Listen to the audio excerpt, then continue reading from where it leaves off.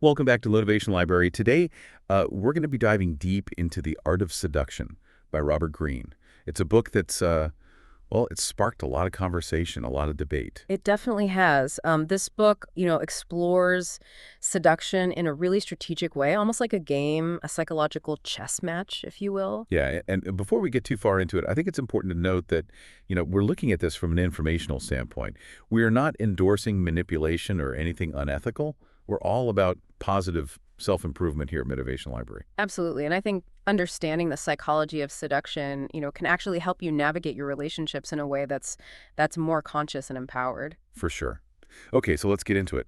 Um, Greene kind of starts off by exploring seduction as this primal force in human interaction, something that's been shaping our relationships and really our history, since the dawn of time. Yeah, and it's not just about romantic relationships either, is it? He really broadens the scope to look at how seduction plays out in politics and business, even art. Right. And he uses all these historical figures, kind of like case studies for different seductive techniques. Hmm. He looks at Cleopatra, Casanova, Marilyn Monroe. I mean, talk about mastering the art of attraction. Well, yeah, I mean, Cleopatra, for instance, her allure wasn't just about beauty, right? Hmm.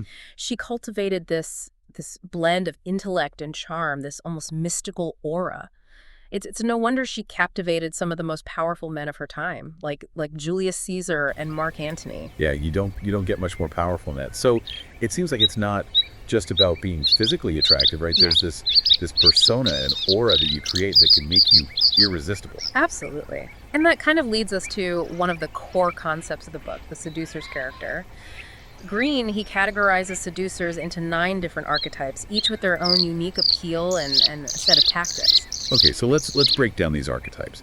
You've got the siren who uses their overt sexuality and allure, the rake who thrives on the thrill of the chase, the ideal lover who crafts a romantic fantasy, tailored to their target's desires. You've got the dandy who plays with gender roles and expectations, and the star who cultivates this aura of mystery and aloofness. I mean, it's a fascinating cast of characters. It really is. And Greene goes into such detail about each archetype, their strengths, their weaknesses, the specific tactics they use to really captivate their targets. For example, the rake. They might create a sense of urgency and excitement. They make the target feel like they have to act now or the opportunity is going to slip away. Think about someone like Lord Byron, who used his reputation for scandal and adventure to really captivate women. Yeah, that makes sense. It's like they're creating this story, this narrative, and the target wants to be a part of it. Exactly. And each archetype has this different story to tell, a different way of tapping into those deep-seated desires and fantasies that I think we all have. Yeah, and I mean, I'm already starting to see how this could be really helpful, like in the dating world. Hmm. If you can identify someone's seductive style, maybe you can understand their motivations a little bit better, or even predict their next move. It's true. It gives you a framework for understanding the game that's being played, so to speak. Yeah, absolutely. So we've got the different types of seducers, but there's also this concept that Greene introduces of the anti-seducer. Right, right. The anti-seducer, they're the ones who repel rather than attract. And it's usually because they're so self-absorbed, they completely miss those vital social cues. So like no self-awareness, can't read a room, just totally clueless. Pretty much. Yeah. I mean, it's a good reminder, though, that sometimes the biggest obstacle to connecting with other people is, well, ourselves. Very true. And it kind of makes you wonder, I mean, is this seductive ability something you're born with, or is it something you can actually learn? That's a great question. And it's something that Greene really explores in the book. He argues that while some people might naturally gravitate towards certain seductive styles, anyone can learn these skills.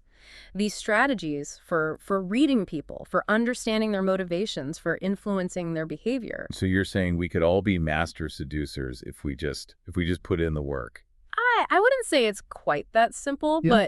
but Greene definitely offers a roadmap, a set of principles and tactics that you can apply to your own life, whether it's to improve your romantic relationships, your career prospects, your social skills in general. Yeah, okay. I'm definitely intrigued. So we've talked about the different types of seducers, but how does the actual seduction process work? Well, Greene, he breaks it down to 4 distinct phases, each with its own psychological tactics and strategies. It's like a journey from that initial encounter to complete captivation. Okay, so let's talk about phase one. What happens there? Phase one is all about approaching the target indirectly.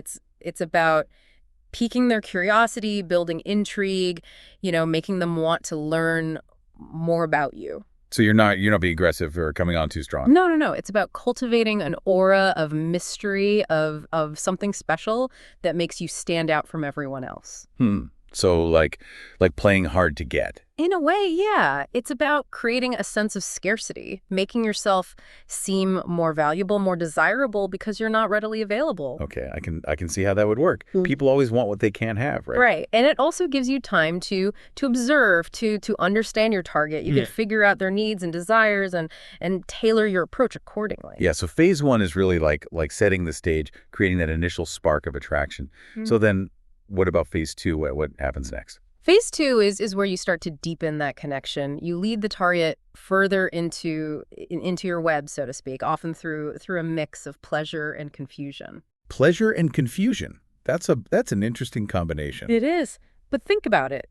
If you're always predictable, always doing what's expected, it gets boring, right?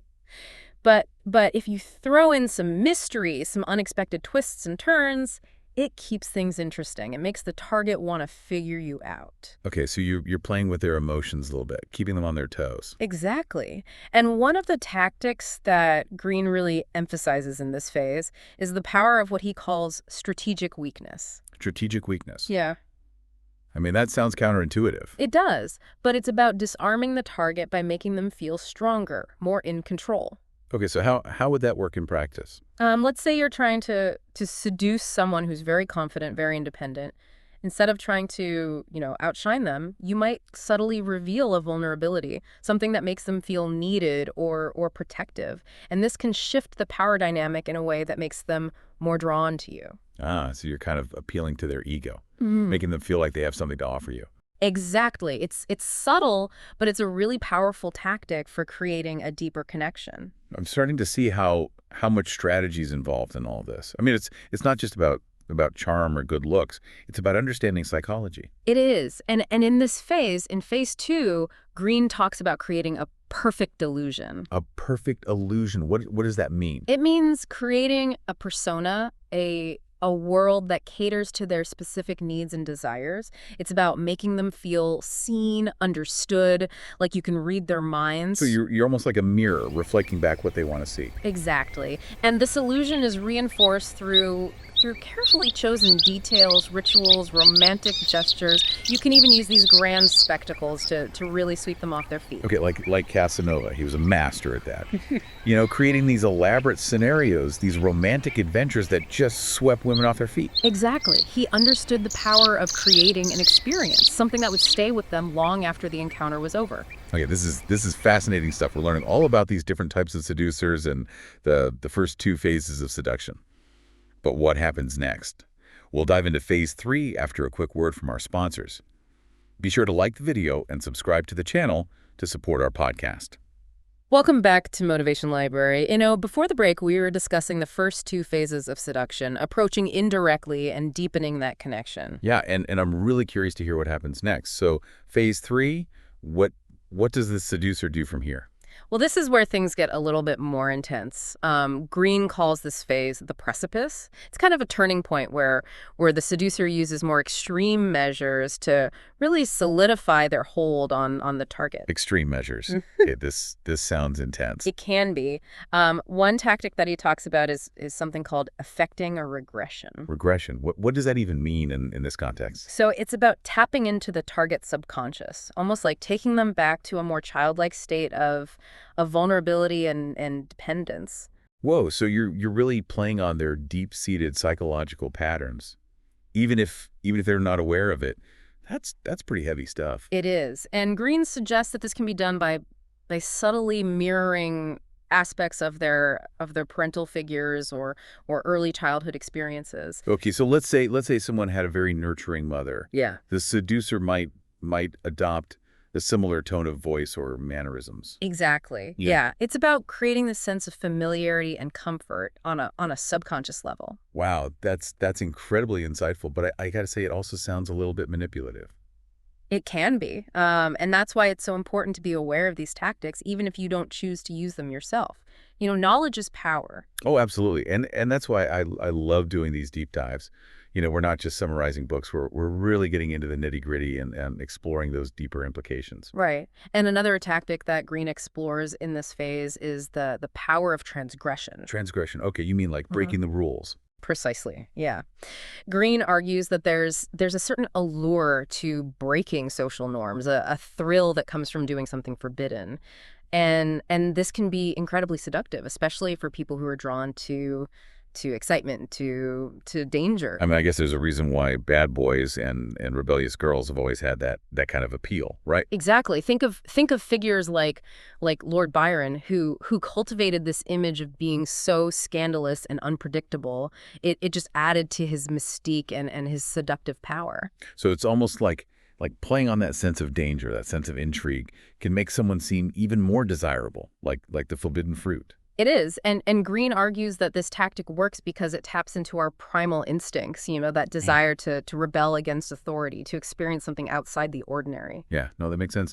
But I imagine this is a tactic that needs to be used really carefully. I mean, take it too far, and you could just end up alienating the target instead of attracting them. Oh, for sure. It's all about finding that balance, pushing the boundaries just enough to create excitement, but without going too far. Sounds like a delicate dance. Yeah. So we've got regression, we've got transgression. What other extreme measures does Greene talk about in phase 3? Well, he actually talks about the power of using pain and anxiety to deepen the seduction. Wait, pain, like intentionally hurting someone? I mean, that seems a bit twisted. Not necessarily physical pain, more like emotional discomfort. Greene argues that too much kindness, too much predictability can become, well, monotonous, but a little bit of pain, a touch of guilt or insecurity can actually heighten the seduction. Huh. So like the saying goes, nice guys finish last. In a way, yeah. It's about creating those highs and lows, those emotional fluctuations that keep them on edge and wanting more. Okay, but wouldn't that backfire? I mean, wouldn't that make the target pull away? It can if it's not done carefully. The key is to create just enough anxiety to keep them interested, but not enough to push them away. So it's like a calculated risk, like playing with fire to keep those sparks flying. Exactly. Think about how a lover's quarrel can actually strengthen a connection. That making up period can be so passionate because it releases all that pent-up tension. Oh, so it's about using those emotional fluctuations strategically to deepen the bond. Precisely. It's about keeping the target guessing. Yeah. Making them feel that mix of pleasure and pain, desire and uncertainty. Yeah, I'm starting to see how all these tactics kind of work together to create a really powerful, almost intoxicating dynamic. It's definitely not for the faint of heart. No, it's not. And I think it's important to remember that we're analyzing these tactics, not endorsing them. It's really up to each individual to decide how they want to use this information. Oh, for sure. Knowledge is power, but it's important to use that power responsibly. So we've covered the first 3 phases. Approaching indirectly, deepening the connection, and pushing to the precipice. What happens in this final phase? The final phase is all about the art of disenchantment. Disenchantment. I thought the whole point was to keep them under your spell. Why would you want to break it? That's a great question. And this is where I think Greene's book really challenges our conventional ideas about seduction.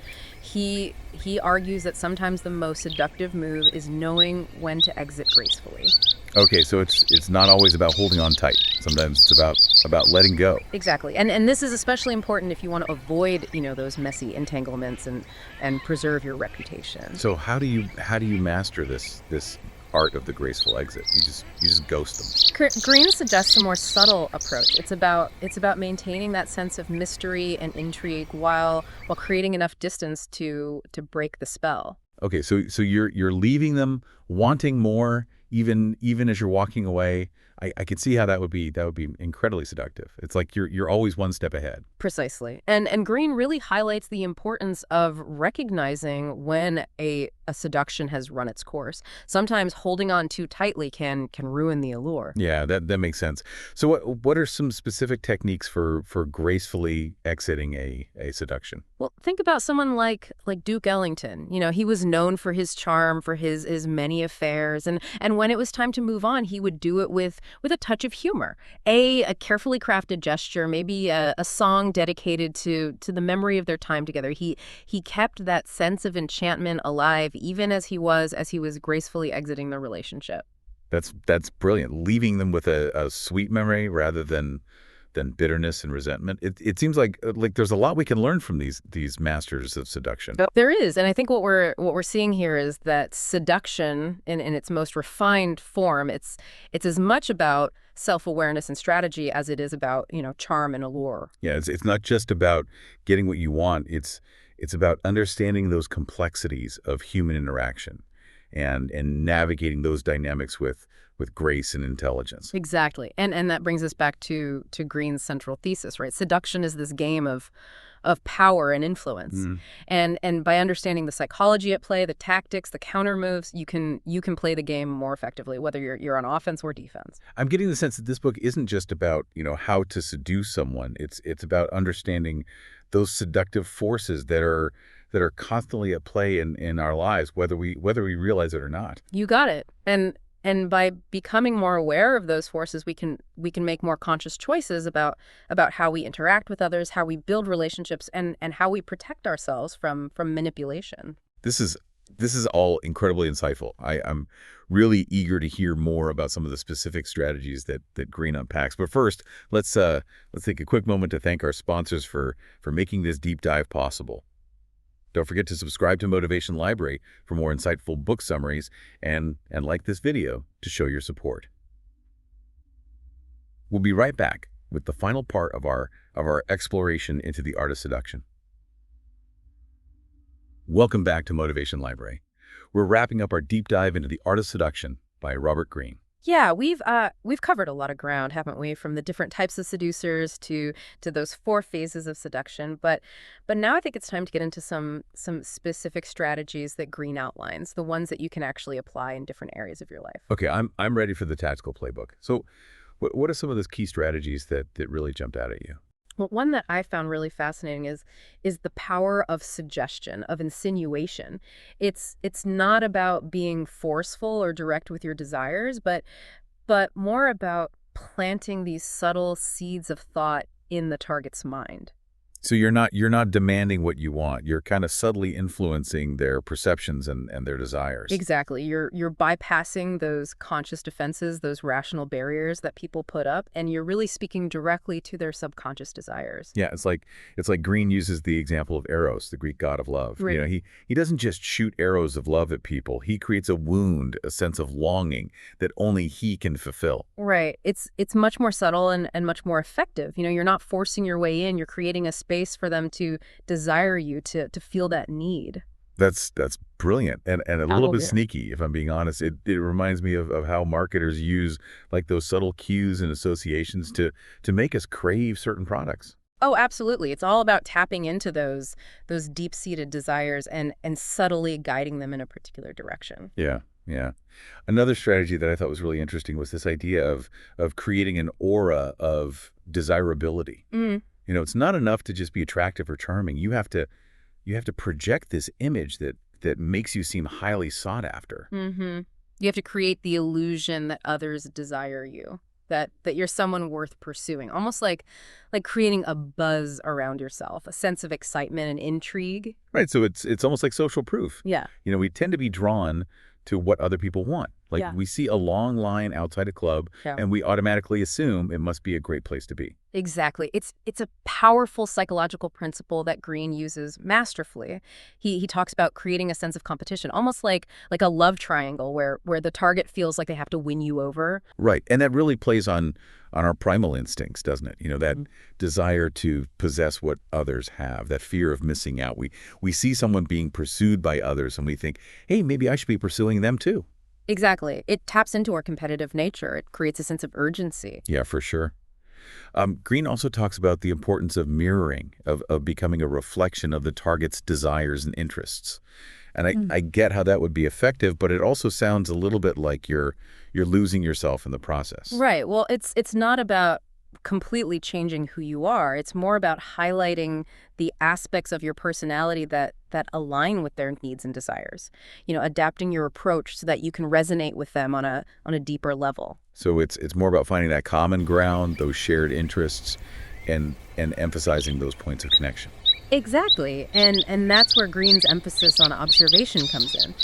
Really understanding your target. It's about being attentive to their words, their body language, all those subtle cues, and then using that information to tailor your interactions. So seduction, in Greene's view, is as much about being a good listener as it is about, being charming and persuasive. Absolutely. It's about understanding what makes the other person tick, what makes them feel seen, understood, and then reflecting those qualities back to them.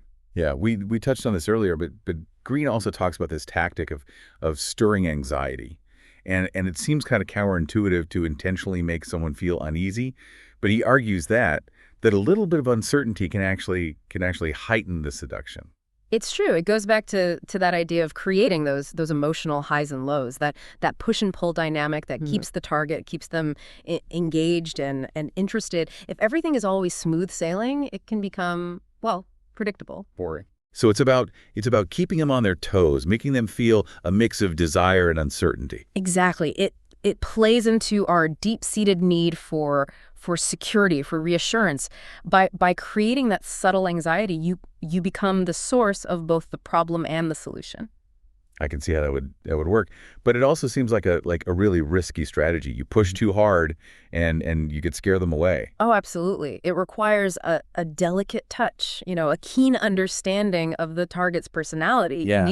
You need to know how much they can handle, how much uncertainty they can tolerate before it becomes overwhelming. So you have to read the room, so to speak, Yeah. and adjust your approach accordingly. Exactly. It's all about calibrating your strategy to the specific target and situation. And that brings us to that final stage of seduction where all these elements come together, the bold move. Okay, here we go. The moment of truth. Yeah. So what does Greene say about making that decisive move? Well, he emphasizes that it shouldn't be too obvious or aggressive. It's more about sensing the target's vulnerability, that moment when they're ready to surrender, and then making your move with confidence and grace. So it's not about forcing anything. It's about recognizing the right opportunity and seizing the moment. Exactly. It's about reading those subtle cues, those unspoken desires, and meeting them halfway. It's really the culmination of all your efforts, all those carefully orchestrated details, the psychological maneuvers, all coming together in this one decisive act. And even after the bold move, the game continues, right? There's the art of disenchantment, Yeah. the re-seduction, that ongoing dance of power dynamics that can really shape the course of a relationship. It's a never-ending dance, this constant interplay of attraction, desire, and power. And Yeah. and I think that's what makes Greene's book so fascinating. It's not just a how-to guide on seduction. It's a deep exploration of human psychology, of the forces that really drive our interactions. It's a book that really challenges our assumptions about relationships. It makes us think about those subtle ways in which we're all constantly influencing each other. Absolutely. And whether you agree with Greene's tactics or not, there's no denying that his book offers a really unique and insightful perspective on the art of seduction. Yeah, I totally agree. So what's the biggest takeaway you'd like our listeners to remember from our deep dive into the art of seduction? I think the most important takeaway is that seduction is a powerful force, one that can be used for good or for evil. And by understanding its mechanics, its psychology, its strategies, we can become more conscious, more empowered players in this game of human interaction. That's a powerful message. And Yeah. remember, folks, knowledge is power. And the more you understand about human psychology, about the dynamics of attraction, the better equipped you'll be to navigate your relationships and achieve your goals. Thanks for joining us on this fascinating journey into the art of seduction. And be sure to subscribe to Motivation Library for more deep dives into the books that can help you level up your life. Until next time, keep those minds sharp, and we'll see you soon.